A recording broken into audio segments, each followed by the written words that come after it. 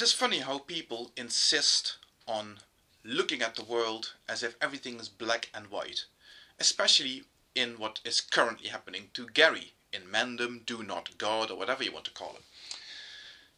You see, why is it necessarily so that with regard to Gary you either have to be his best friend or you have to be completely against him? I'm not buying this. I am certainly not going to allow myself to be shoehorned into that position, no matter what anybody says, even if Gary himself blows another gasket and calls me more names.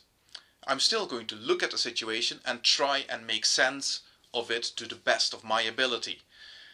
Now, I know you might be asking, why is this guy even bothering doing so, and what business of his is it anyway? But on the other hand, I have seen already people saying like, well, I wonder what CensorTube has to say about this, and obviously I am one of the more vocal mouthpieces of the CensorTube initiative, so I suppose I have to say something about this situation. And my, what a mess it is.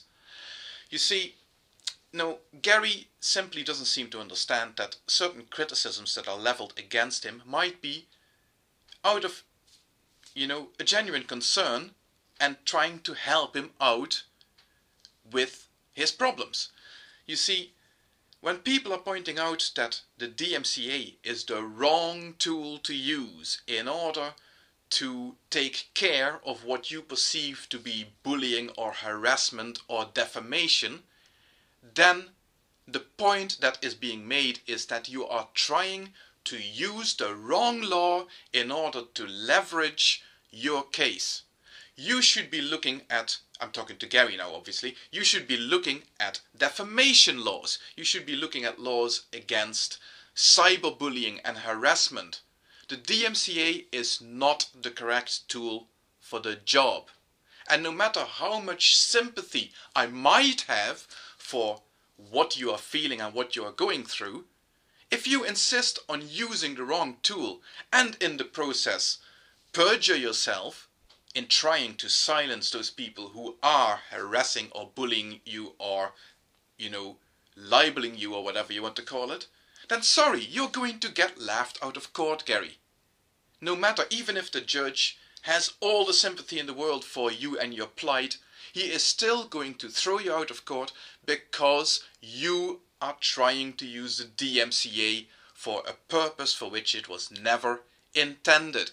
Get that through your thick skull, you moron. Anyway, that doesn't mean that I'm sitting here gloating about what has just happened to Gary's Do Not God channel. Far from it, because what has actually happened, does anybody really know? I don't know what exactly has happened. On the one hand, I see Gary himself claiming that false DMCAs have been made against his videos. And then I hear other people saying that his videos have been false flagged and whatnot.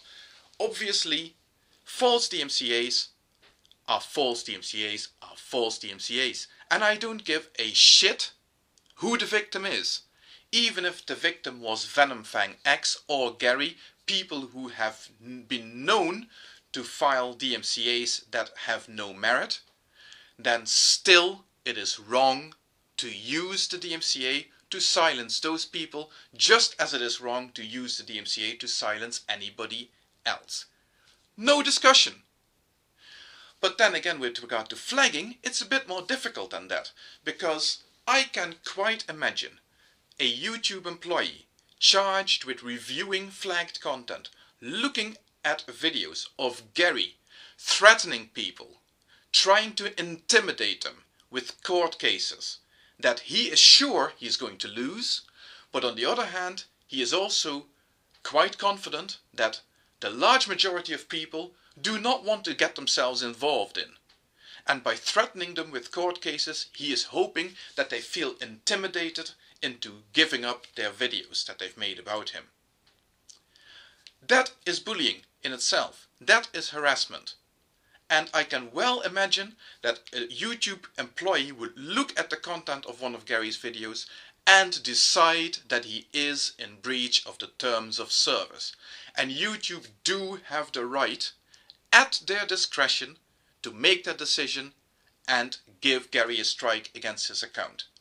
Does that mean that I'm delighted that this has happened?